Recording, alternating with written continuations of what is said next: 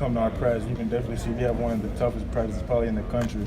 I mean, we go at it with each other. I mean, it's 5-on-5. It's really intense. We got a lot of talented players, so I mean, 5-on-5 is going to be crazy. Fouling, good defense, good offense, just all movement, talking trash, just getting physical. So that's something we really do. We're really competitive, and if Cal don't like, so he's making us run. So he's definitely on us in practice. We got one of the tougher practices. Is it going to feel weird that you have some practices for a change, and instead of playing, almost every other day, it seems like that you're going to be able to get in the gym again for a week, before? Yeah, I think Cal told us after the game we got like 7 practices or something in the next 2 weeks, so that's really good for us. Like Cal said, they're going to be tough, and everyone was kind of down on that, but I mean, that's something we just got to get better and better as a team, because once January comes, we got some big games in December. We got to be able to be ready for them.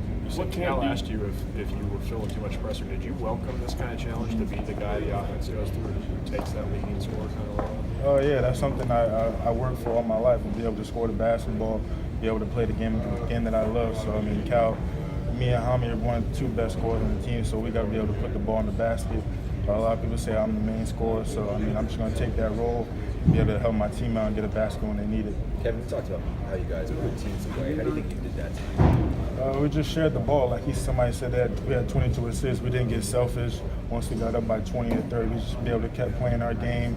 Got a lot of good defensive stops, and everybody was just clicking, being unselfish, getting in the lane, passing the ball, knocking shots down. So, like I said, it's one of our best games we played this year. Did this last whole week kind of feel like a step forward for you guys as a team? Yeah, I think this week of practice is really good for us. We came in sharp, running the plays, listening to Cal, no mess-ups, no nothing. So I think it's a really good few days for us to get in the gym, get practice, change up some plays and stuff like that. I think we were really focused, and that's something Cal told us today after shoot-around, that we had a really good week of practice, and we were ready for the night, and I think it showed. How big will it be now to have just a game every week, one a week, and have these days in between to, 1, rest, and 2, learn some things? Yeah, it'll be tough. I mean, we're not really used to it. Our practices, like I said, are one of the tougher practices, so it'll definitely be tough. I know Cal's going to be able to come in with a lot of energy, be yelling and stuff like that, but we got to be ready for it, come in, focus, because like I said, we got some big games coming up that we got to be able to win. Did you think you got a little bit better as a team each of the last 4 games, maybe? Yeah, I think so. I think we're making really great progress. In the first game, we were really shaky, and I think each game we just keep getting better and better. And like Cal said, we're kind of clicking. We're starting to click now. We just got to keep it up. Why do you think PJ had such a good game tonight? I think PJ just came out with the mentality that he's going to be aggressive in the post. You saw him bullying the other big men, and that's who he is. Getting the ball in the perimeter, being able to get into the lane. I think a lot of teams are double teaming him, and I think that's kind of why he has some slow games. But tonight they didn't double team, and that's what happens when you don't double team. PJ will have a great game. You saw him, played with him some before getting here. Were you surprised a little bit at how he struggled? He said he expected a slump at some point, and he's glad he got out of the way early. But were you surprised a little bit early on with him? I mean, I knew that he came in the first game. He had a really good game. Then he kind of started to slow down a little bit because teams were double teaming him, and he couldn't really get his shots off like that. But those 2 games, I mean, we just kept him up. We didn't get him down. We kept feeding the ball and practicing and make sure he hitting those jump shots, getting comfortable. So, and once he got comfortable, he became pretty much unstoppable.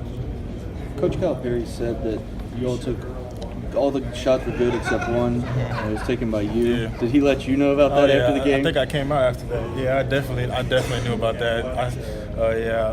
He told me that at halftime. He said that was the worst shot of the half, probably the worst shot of the game. But I knew it was that shot because I think he took me out and asked me why I shot and stuff like that. But it was a bad shot. But like Cal said, he just move on and be able to learn from it. PJ's such a good passer, though. Could that double team potentially be a strength? Oh yeah, that's something we work on in practice. A lot of teams are going to double team Nick, double team me in the post, and PJ. If we can be able to get our rotations right, we can definitely be deadly, because if you trap, somebody's open.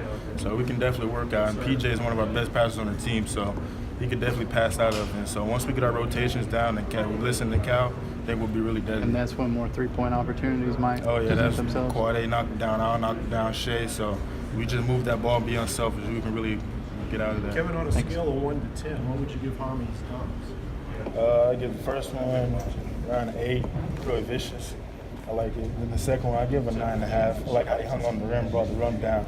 I think he should have windmilled it. He had a lot of time to windmill, and I know he could windmill easily, then it would have been a 10. But I give it a 9.5.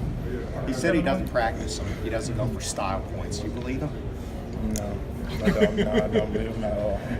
I know he's a really powerful dunker, but I think he was trying to get the crowd going on that. I think that's kind of what we need. Those are dunks, alley-oops, taking charges. Those are crowd getters, and that's kind of what we needed tonight. Do you remember your first dunk?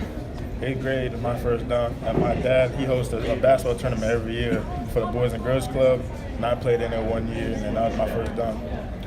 If there was a dunk contest, who would win on the team? Probably give it to Hami. I mean, he has the highest vertical. I think I'd definitely be top 3. I'd be really close. I got some tricks in my bag that a lot of people don't see. But Hami, he's got 35, real powerful, pretty much do any dunk, so I had to give it to him. Kevin, offense has shot over 60% 2 straight games. What do you think's been the biggest difference? We're just starting to click. Just like Cal said, he's kind of starting to figure everyone out. We're kind of figuring everyone out as a team, so it's really good for us that we're being able to feed off each other, being unselfish, and this is a great win for us, and I think it's a great team win, and we're just going to keep capitalizing off this because we got some big games coming up and we got to be able to keep going.